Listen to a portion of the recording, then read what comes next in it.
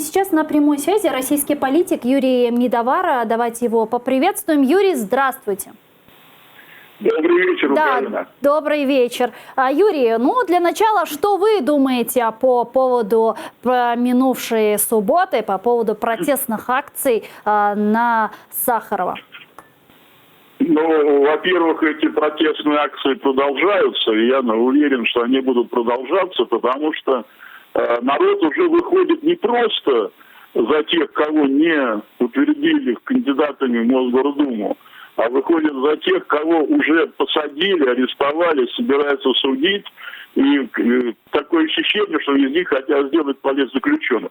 Вот за свободу народа выходит наш свободный народ. Это очень важно, что этот народ молодой, он родился при Путине, и кроме Путина он никого не слышал.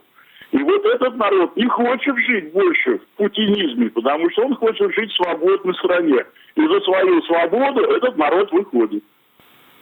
Юрий, я вам задам такой вопрос с украинским менталитетом, наверное, да? А почему, собственно, люди выходят на протестные акции, да? Их там жестко избивают, сажают и потом расходятся. Почему российский народ не ставит там палатки, не строит, не остается там на площади, потому что у нас в Украине, да, и в Киеве по последнему Майдану можно судить, если так правоохранительные органы жестко избивают людей, то люди не уходят, реально строят палатки и добиваются своего. Почему так не делают россияне в Москве или не только?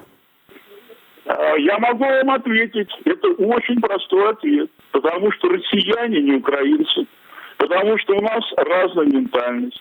Потому что мы слили протестное движение в 2011 году, когда мы выходили на болото, у нас были сотни тысяч, и мы должны были добиться и стоять насмерть. А люди уехали до каникул на Новый год, а после того, как они приехали, уже Путин перехватил инициативу.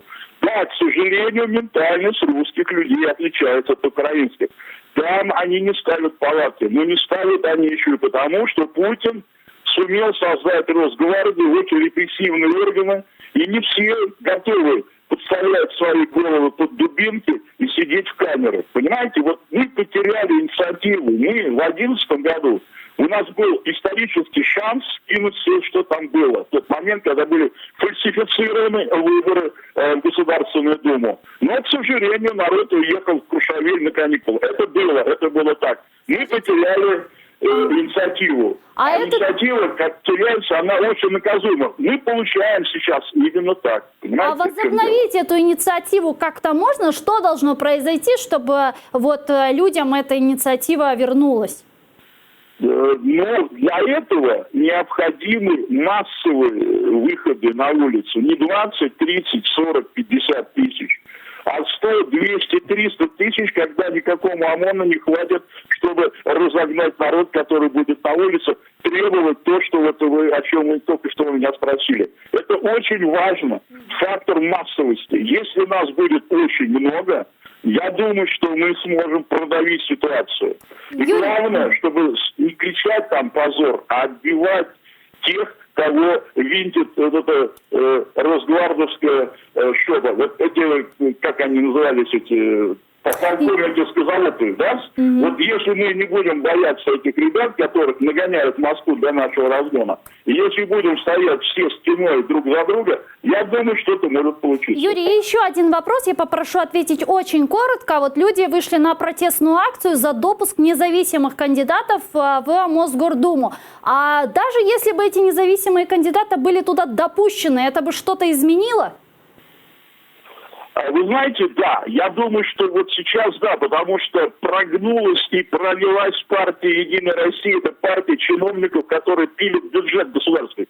И если бы сейчас были допущены независимые кандидаты, то именно бы за них голосовал народ, потому что «Единая Россия», они не идут от своей партии, они идут самовыдвиженцами, понимаете, да? То есть сейчас был шанс выкинуть эту «Единую Россию» из Мосгордумы, хотя бы на этом уровне. Это реально. Спасибо. Это был российский политик Юрий Мидавар с нами на прямой связи.